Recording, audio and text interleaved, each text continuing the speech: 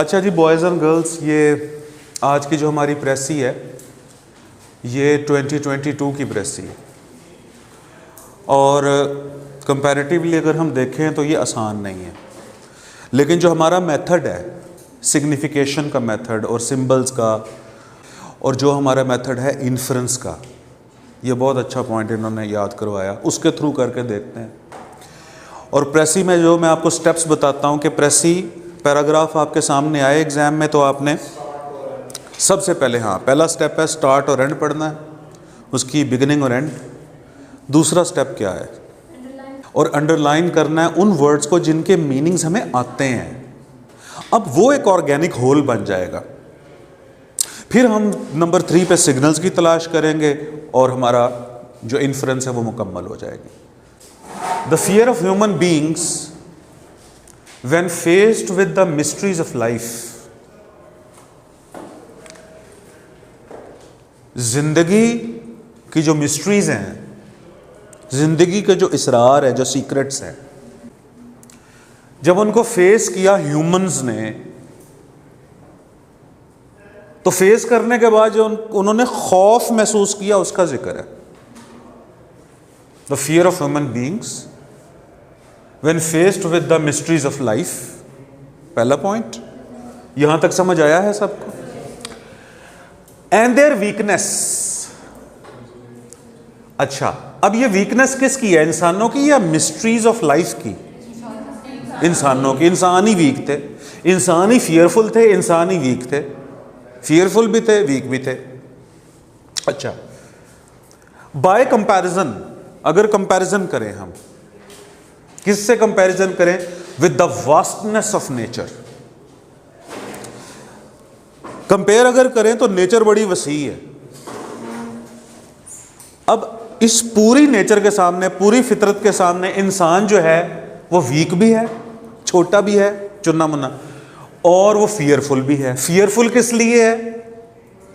कि उसके लिए अब भी हमारे लिए ये दुनिया मिस्टीरियस है।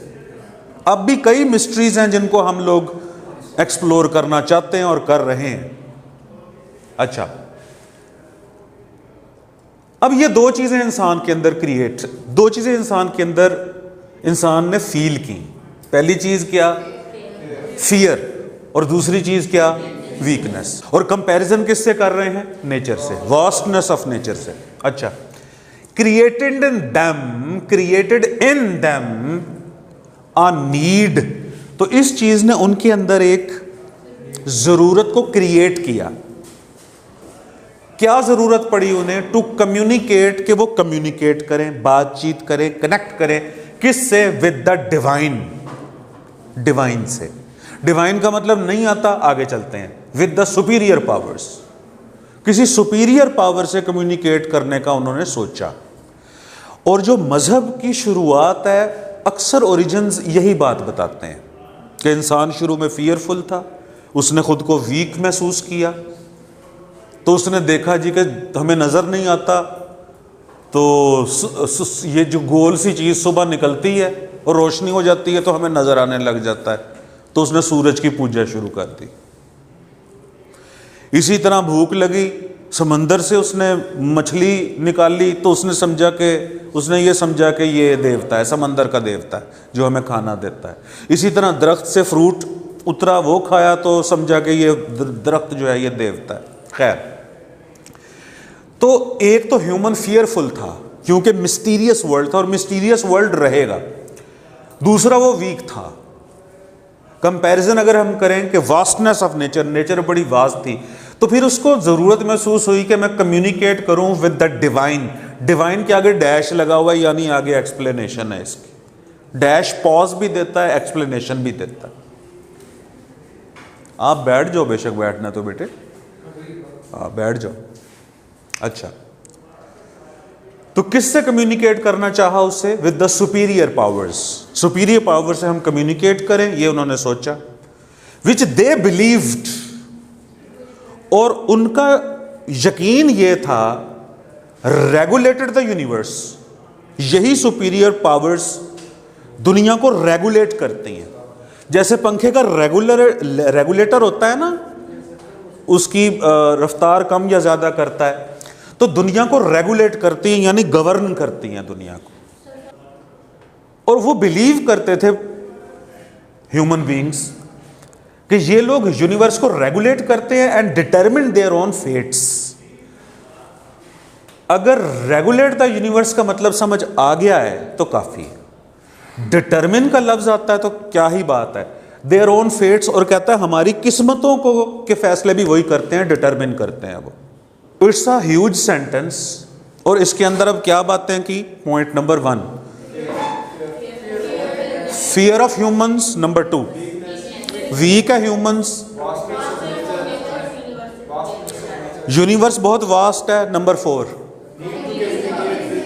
फिर उसने सोचा कि क्योंकि हम कमजोर हैं तो किसी पावरफुल सुपर नेचुरल बीइंग्स के साथ हम लोग कम्युनिकेट करें, और वो जो सुपर नेचुरल बीइंग्स की आगे क्वालिटीज बताई कि वही यूनिवर्स को रेगुलेट करती हैं और वही लोग हमें भी रेगुलेट करते हैं, हमारी किस्मतें डिटरमिन करती हैं। ठीक हो गया। अब ये शुरू में हमने पढ़ लिया, ये जो पहला स्टेप है, और आखिर में पढ़ते हैं एंड में क्या लिखा हुआ है?